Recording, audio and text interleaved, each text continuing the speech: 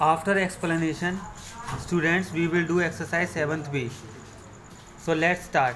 Take out your maths register and we will do this exercise 7th B. So question number 1, fill in the blanks. 3 upon 4, part A, 3 upon 4 equals to dash upon 24. So take out your maths register, write the heading exercise 7th B, and question 1, fill in the blanks. Part A of question 1 is 3 upon 4 equals to dash upon 24. So students, हमें यहाँ पर equivalent लिखना है कि यहाँ dash में क्या आएगा.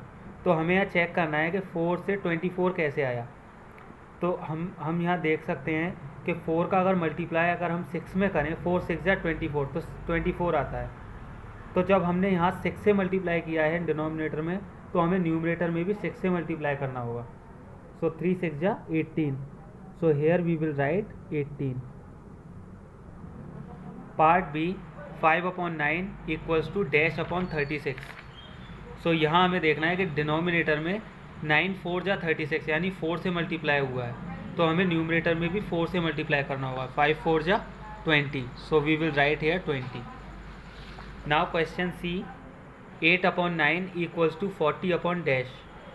सो यहाँ हम देखें तो न्यूमरेटर में 8 5 जा 40, 5 से मल्टीप्लाई हुआ है, तो हमें डिनोमिनेटर में भी 5 से मल्टीप्लाई करना होगा. So it means 9 5 ja 45. So we will write here 45. Now question D, 24 upon 36 equals to dash upon 3. अब यहाँ स्टूडेंट्स हम देखते हैं कि यहाँ डिवाइड हुआ है, यानी 36 में कितने का डिवाइड हुआ है, जो 3 आया है. सो हम देखते हैं तो वी विल फाइंड 12 से डिवाइड हुआ है 36 में.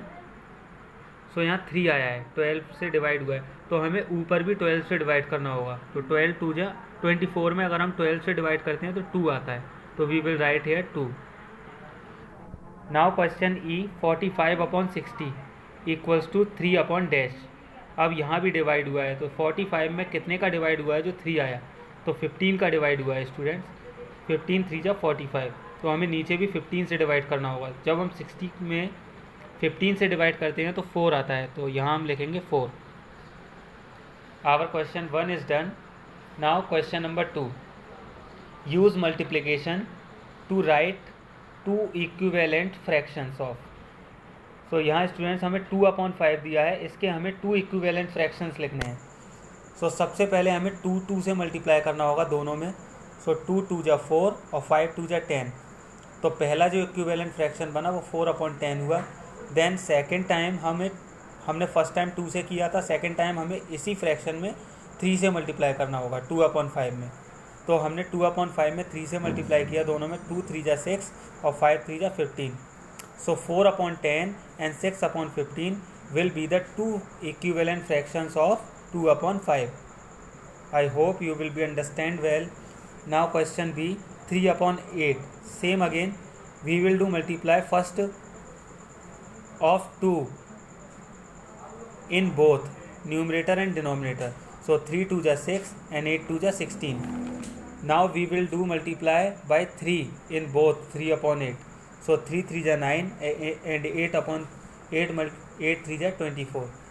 So 6 upon 16 and 9 upon 24 will be the 2 equivalent fractions of 3 upon 8. Now question C, 10 upon 11. सो सबसे पहले हम 2 2 से मल्टीप्लाई करेंगे दोनों में. 10 2 जा 20 और 11 2 जा 22. नाउ हम 10 upon 11 में ही 3 से मल्टीप्लाई करेंगे. 10 3 जा 30 और 11 3 जा 33.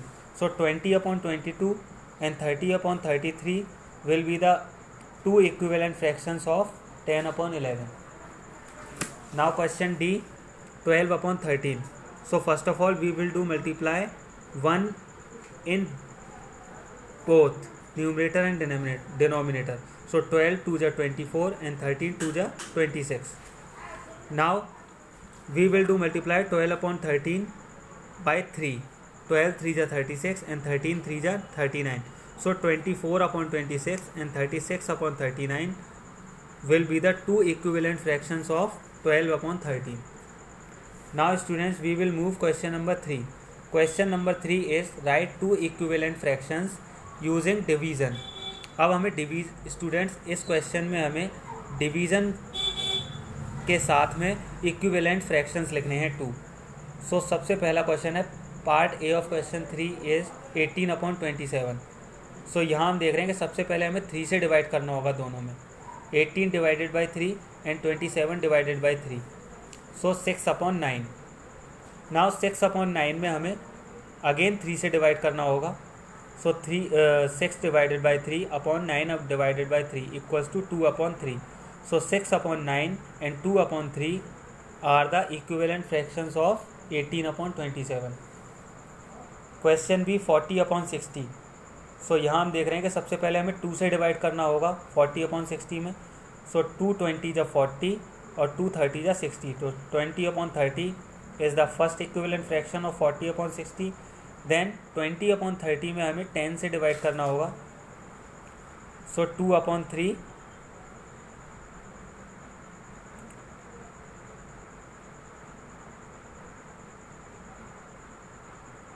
so 20/30 and 2/3 will be the equivalent first two equivalent fractions of 40/60. Now question number C 24/36। so सबसे पहले हमें 2 से डिवाइड करना होगा दोनों में, so 12/18 होगा। देन 12/18 में हमें फिर से 2 से डिवाइड करना होगा, so 6/9 होगा। Now question number D 54/81।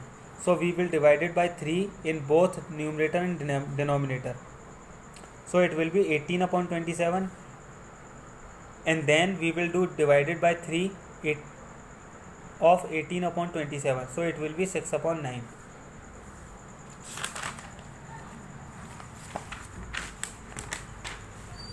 Now student, question number 3 has A, B, C, D question. So question number 3 has done. Now we will move question number 4. Question number 4 is change to like fraction. अब यहाँ हमें कुछ fractions दिए हैं, कुछ fractions के pair, हमें इन्हें लाइक फ्रैक्शंस में चेंज करना है। सो फर्स्ट क्वेश्चन है 4th है 2/3 and 3/5। We will change in to like fraction. So in notebook we will write the question first, change to like fractions part A 2/3 and 3/5। So first of all we will do LCM of these denominators 3 and 5। So students, हम यहाँ देखते हैं कि हम 3 और 5 को एक साथ भी हम LCM निकाल सकते हैं। 3 1 जा 3, 3 5 का 5, 5 1 जा 5 एंड 5 1 जा 5। So 3 multiply by 5 is equal to 15। So the LCM of 3 and 5 equals to 15। Now 15 को हम अपॉन यानी डिनोमिनेटर में लिखेंगे, एज अ डिनोमिनेटर हम 15 को लिखेंगे LCM को। देन फर्स्ट वाले डिनोमिनेटर का डिवाइड हम 15 में करेंगे, तो 5 टाइम 3 का फर्स्ट वाले डिनोमिनेटर का डिवाइड हम 15 में करेंगे, तो 5 टाइम जाएगा और 5 का उसके न्यूमरेटर से मल्टीप्लाई करेंगे, 5 2 जा 10, सो 10/15। देन सेकेंड फ्रैक्शन के लिए भी हम डिनोमिनेटर 15 लेंगे as a LCM, and then we will divide second denominator से डिवाइड करेंगे 15 में, सो 3 टाइम जाएगा एंड 3 का 3 से मल्टीप्लाई करेंगे, 3 3 जा 9 और 15, so 10/15 and 9/15 are the like fractions. Now question B 3/4 and 5/7। Same again we